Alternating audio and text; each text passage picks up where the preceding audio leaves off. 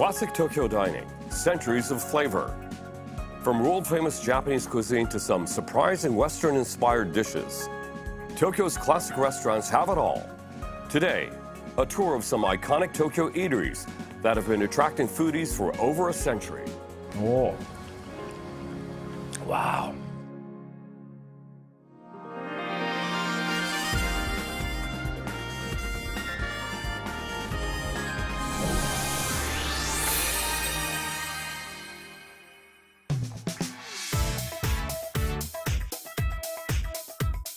Welcome to Tokyo 2020, showcasing one of the world's greatest cities and the host of the 2020 Olympics. Well, I'm Chris Pepler. This time we take a look at some iconic long-running Tokyo eateries. And joining us today is Kyle. Hello, Kyle. Hello, Chris. How are you doing? Very good. How are you? How about yourself? I am great, thank you. Thanks for having me back on the show. It's great to have you. New restaurants are popping up all the time here in Tokyo, but there are some really classic, iconic eateries that's been around for over a century. There are indeed. There are so many establishments in Tokyo that have managed to preserve their original flavors over their long histories.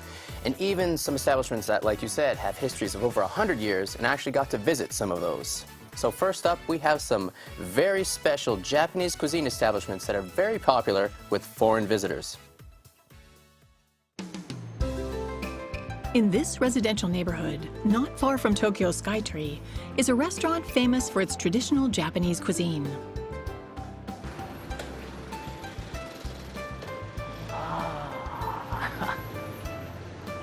Look at this beautiful and traditional architecture. Those characters say tempura. That's right, tempura. The nearest station is Minoa, about 4 minutes by subway from Ueno.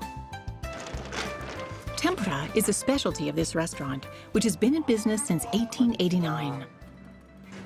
Wow, look at this place. This is so beautiful. Everything's so pristine and preserved.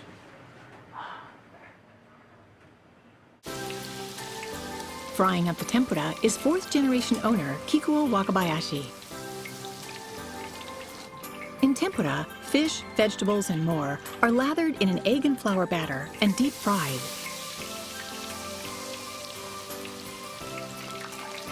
Succulent, umami-packed ingredients in a crispy coating is what makes tempura so good.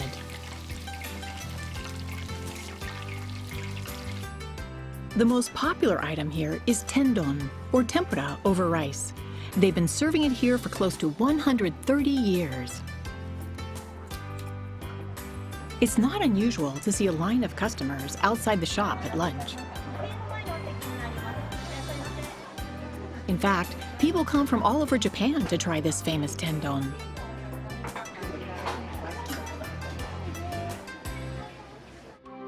Tempura became a Japanese culinary staple around 300 years ago in the Edo period. This age of stability and prosperity fueled the rise of a new culinary culture for the masses. Many of today's most iconic Japanese dishes date back to that period. Oh, the tempura is literally exploding out of the bowl. Wow. Looks amazing. The vegetables include green pepper and lotus root. Not to mention seafood like shrimp and fish, exploding out of the bowl indeed. Oh, wow, wow, okay, that's huge. これでかいのは何ですか？これはアナゴです。アナゴ。 Conger eel is a saltwater fish with a long body and white flesh. This place is famous for serving up an entire eel. The restaurant keeps a tank full of eels and fillets them on the same day they're served.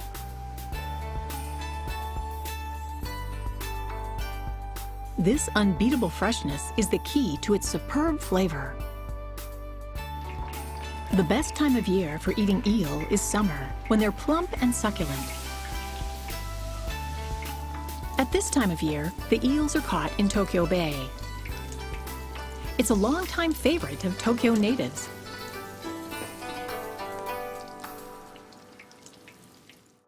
All right, いただきます。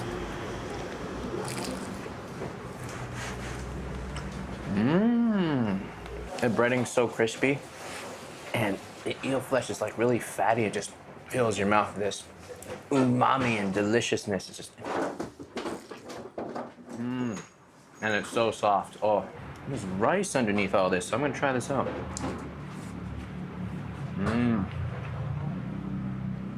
That goes so well. 天ぷらって、まあ高級料理でこの米と一緒に食べるイメージがそんなないんですけど。江戸っ子はね気が早くて天ぷらとご飯の麺食べるのがめんどくさい。だから一緒にしてくれと。江戸っ子のそのせっかちなところから始まったんです。そうなんですね。本当に当地のまあ人の性格って言いますか、それが出てるこの料理。Tendon, a classic dish that's still going strong. Kyle's next stop is in Nihonbashi. Back when Tokyo was called Edo, the city's biggest fish market was located here. The plentiful fresh fish from Tokyo Bay was made into edomae sushi. Edomae means classic Tokyo style. This famous restaurant in Nihonbashi serves up edomae sushi just like back then. It's right by Nihonbashi Station and about a 10-minute walk from Tokyo Station. Wow, this is so beautiful. Look at these wooden countertops and tables. Look at all the fresh fish all put in the display case, all ready to be eaten. At the counter is a tempting lineup of fresh tuna and other neta, or toppings. The restaurant was founded in 1879. Masatoshi Yoshino is its fifth-generation owner and sushi chef. According to Yoshino, what sets edomae sushi apart isn't just the quality of the toppings, but the special ways they are prepared. He makes a selection of edomae sushi for Kyle. First, octopus. タコね、お醤油で食べる人と、甘いのつけて食べる人といるよ。甘いのを食べてみてもいいんですか？甘いのつけたことなくて。In edomae style, octopus is boiled in salt water, then brushed with a sweet sauce made from soy sauce and sugar. What does Kyle think of the combination? That sweet sauce on the octopus is great because octopus is a bit salty taste to it, and that like balance of the sweet sauce is. Of course, the texture of octopus is there's like nothing else like it, just so fun to chew. Oh. Here's another unusual item that takes lots of preparation: boiled orient clam. Orient clam, or hamaguri, has been eaten in Japan for centuries. Here, they blanch the clams, add soy sauce and other seasonings to the broth, and let them marinate. In an era before refrigeration, this method was used to keep the clams from spoiling and to make them taste even better. This eatery has been around since then, so it's the perfect place to experience authentic edomae. The flavor just, with every bite, just comes out. It's a little bit sweet. The umami and a bit of the saltiness of the clam really comes out and really makes this delicious profile over the palate. One last delicacy. Oh, it's beautiful. This is the red meat from tuna prepared in a sweet soy sauce-based marinade. This recipe, too, was invented to preserve tuna, which goes bad quickly. Edomae sushi rice is also distinctive. 酢が効いてますね。そう、うちのねお米はお砂糖が入ってないんですよ。お塩とお酢だけなんで。Back in the Edo days, locals preferred their rice dry rather than sweet. The key to that flavor is a strongly acidic red vinegar made by fermenting sake leaves. Often used in the Edo period, this vinegar was later supplanted by a type made from fermented rice. Today, few sushi places use the old-fashioned kind. An Edomae sushi chef's pride comes not just from choosing fresh ingredients, but preparing them with care. Still, Yoshino believes people should enjoy this cuisine as a casual pleasure. ファストフード的な気軽さが広まっていく原因だったと思うんですよね。だからそれは決して忘れちゃいけないと思うし、好きなものを好きなだけ好きな順番でじゃんじゃが食べていっぱいお金払って最高。So it's quite quaint. It's a very traditional sushi shop. How'd you enjoy it?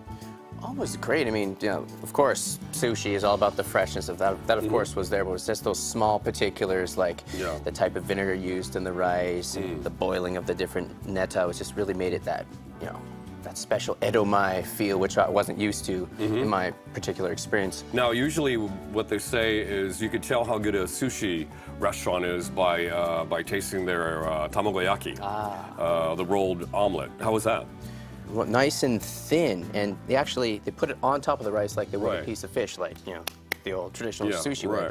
And you eat it, and it was amazing. I mean, with the very strongly vinegared rice, and this tamagoyaki was very sweet, like sweeter than anything I'm used to. And it was like, honestly, like eating a cake. It blew my mind, really. Right, very interesting. So balanced and delicious. I see, yeah. Pep Talk. It was sushi that led the world to embrace Japanese cuisine. And toro maguro, fatty tuna, is many people's favorite. From the center of the fish, you can get the lean cuts called akami, or red meat. On the back and belly areas are the fattier chutoro cuts. On the underside near the head is the rich, luscious cut called otoro. But in the old days, there was little love for this prized cut. There was once a saying that went, not even cats are interested in toro. Why? For one, the Japanese diet didn't yet include things like beef, pork, or dairy, so lean cuts were preferred over fatty ones. Plus, without a way to refrigerate those fatty cuts, they spoiled easily and had to be thrown away. Toro became a standard sushi topping just 50 or 60 years ago, quite recently in sushi's long history. Next, some restaurants that show how Western cooking influenced Japanese cuisine.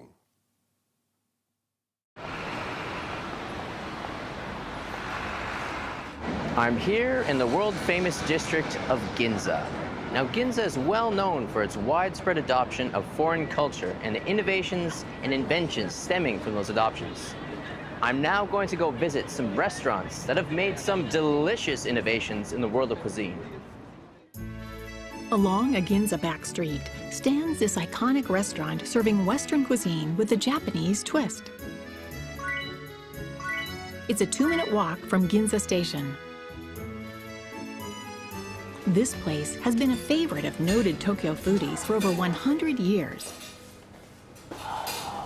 Wow, so retro. It opened in 1895. At the time, Japan was rapidly modernizing and importing many elements of Western culture. This restaurant brought Western cuisine to Japanese diners by adapting recipes and cooking methods to create a host of new dishes.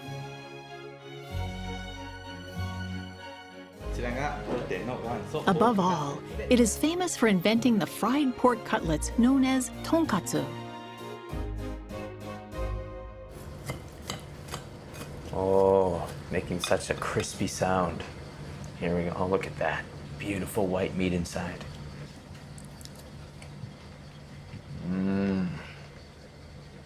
The breaded cutlet part is just, it's so crispy on the outside and juicy on the inside. It's just absolutely delicious. Oh.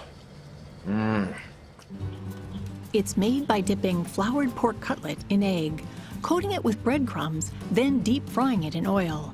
It was invented to adapt a dish Japanese diners found too fatty. Namely, this French-style veal cutlet sautéed in butter. To better suit the Japanese palate, the restaurant switched to pork, which is less fatty than veal. And, taking a cue from tempura, they fried it in oil rather than butter. It was a hit. Now, tonkatsu is a staple of Japanese menus. エビのフライとか牡蠣のフライといったものを当時うちが作った料理の一つです。天ぷら鍋何しろ使って揚げるやり方を考えたので、当時手に入るものは全て揚げてみたらしいですね。試しに。Here's another famous dish devised over a century ago. ご飯ですね。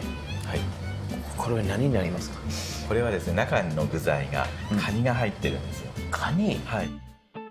It was created in response to demand for Western-style foods that incorporated rice.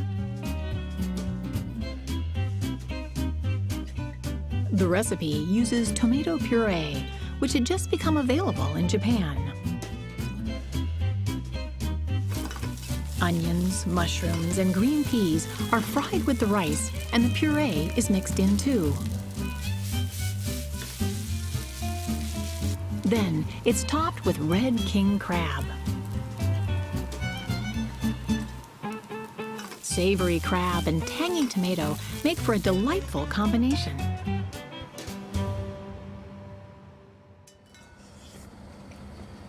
Oh, wow. The crab really comes out, so aromatic, just fills the nasal cavity in the mouth. Oh, and it goes well with the tomato base, but the crab, oh my goodness. いろんなものが入ってきても受け入れる環境があって、トマトピュレでもそのままトマトケチャップと早く取り入れたっていうのはやっぱり銀座なんじゃないかなと思いますですね。さすが銀座ですね。はい。新しいもの好きが集まってましたからね。はい。The next restaurant, in contrast, added a Western twist to Japanese cuisine. Now I'm off to a sukiyaki restaurant. I'm really excited. Oh, wow. Look at the paintings of the cows on the wall. Wow, beautiful. It's a 3-minute walk from Shimbashi Station. Oh, that is beautiful. Japanese tatami room. 失礼いたします。お待たせいたしました。 Oh, wow. Look at that beef. It's so beautiful. The marbling, my goodness. Oh. In sukiyaki, beef and vegetables are simmered on a griddle in a broth of soy sauce, mirin sweet sake, sugar, and other ingredients.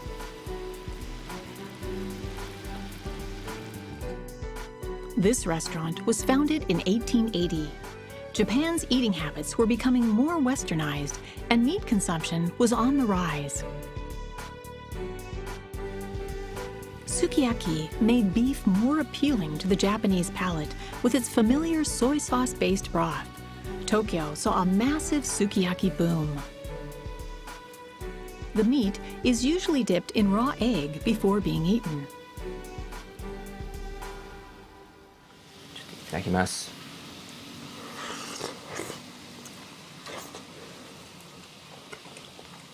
Oh. It's just so tender and just falls apart in the mouth. Oh my goodness. And the sauce is just so sweet and delicious. Oh. And the addition of the egg, it just really smooths out the flavor profile and gives a bit of a creaminess to it. And it didn't burn my tongue. This is absolutely brilliant. It's crucial that the meat be sliced thinly so that the broth can completely infuse it. This is usually done by freezing the meat and running it through a slicing machine. But this restaurant prides itself on using meat hand-sliced with a knife. This gives the surface of each slice more roughness, which helps it absorb the broth easily. It takes great skill to hand-slice fresh meat so thinly, but this restaurant has it mastered. And they're always trying something new. 失礼します。おー。Fifth-generation owner Akira Fujimori makes his entrance. He's known for his distinctive Kaiser Wilhelm mustache and bow tie. He has a special treat for Kyle. はい、すき焼きにワインでございます。すき焼きにワインですか？はい、美味しゅうございますよ。Fujimori once worked in Germany and became enchanted by that country's wines. He is a certified sommelier. About 10 years ago, to appeal to diners from abroad, he began to serve wine here. Today, he recommends a white wine made from a Japanese grape called koshu. The grape skins are included in the fermentation, making koshu wines rich and flavorful.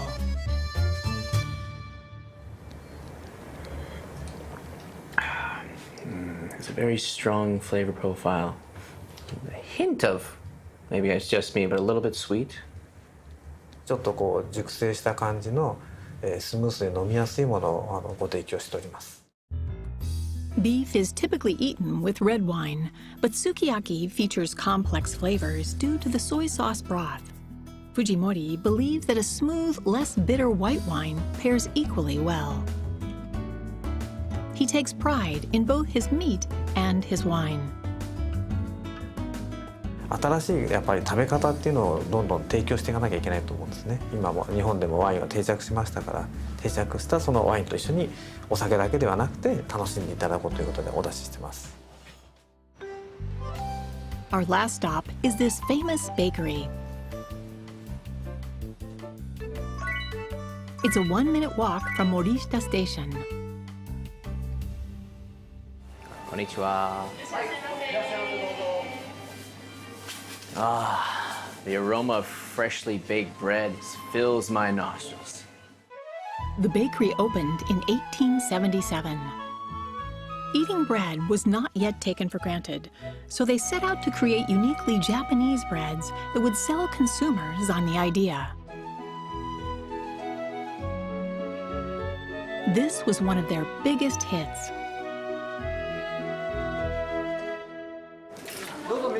All right. What's inside? Oh, it's pretty heavy.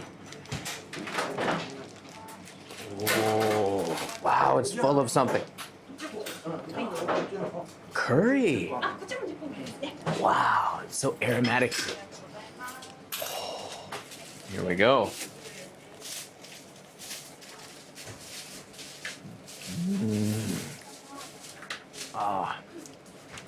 Oh, the bread is so crispy and chewy, and the curry is just so rich. Oh.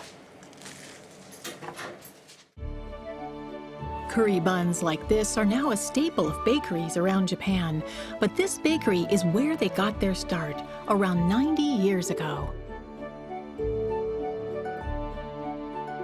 Toyoji Nakada, son of the founder, came up with the idea. At that time, curry and rice was surging in popularity in Tokyo. After trying that dish, Nakada wondered if he could make a bread version. He used a mild curry that wouldn't be too spicy for children, and he ground up the meat, onions, and carrots finely instead of the big chunks used in curry and rice. The dough is stuffed with an ample serving of the curry, boiled down to this paste-like consistency.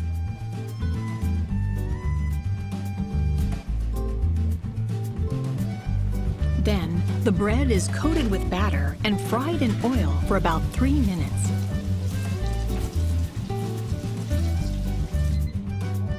These crispy buns taste best fresh out of the fryer.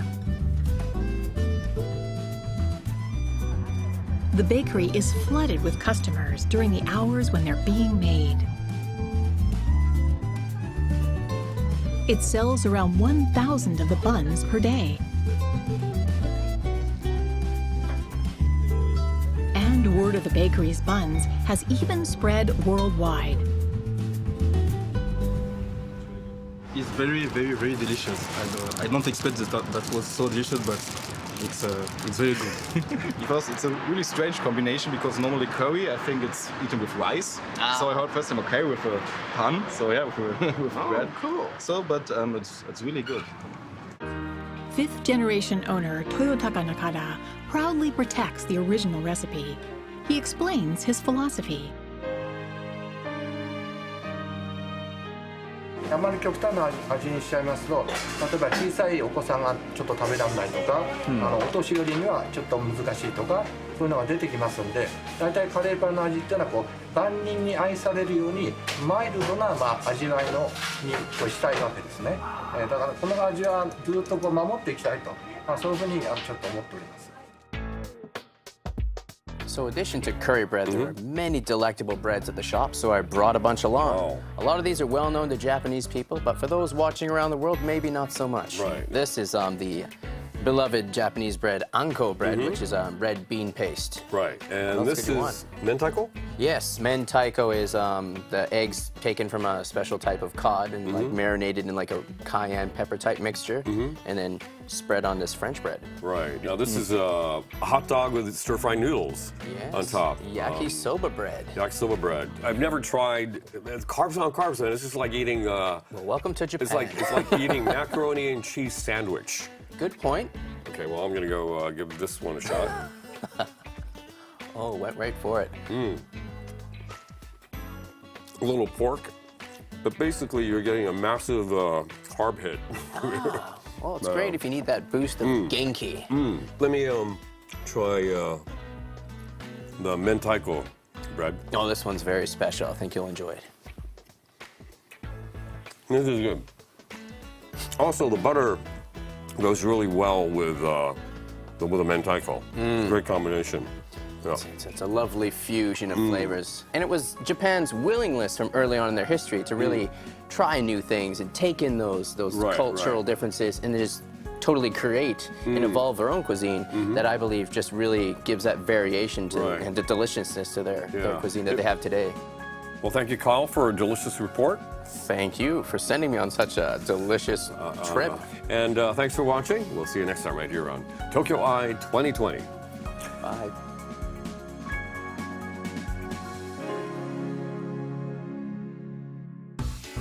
Let's review the places we visited today.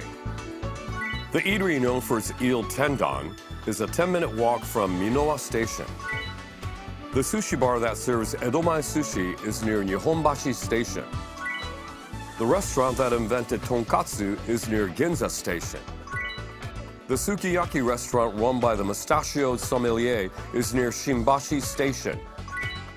The bakery where the curry bun was invented is near Morishita Station. For more information on today's show, check out the program website.